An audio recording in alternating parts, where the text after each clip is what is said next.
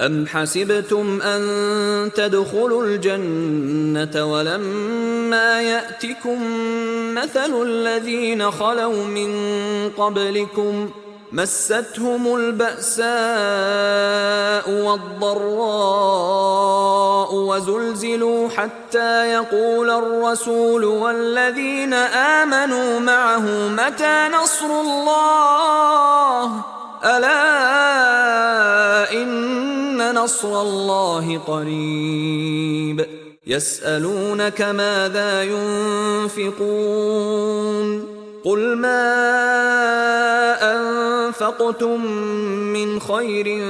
فللوالدين والأقربين واليتامى والمساكين وابن السبيل وما تفعلوا من خير فإن الله به عليم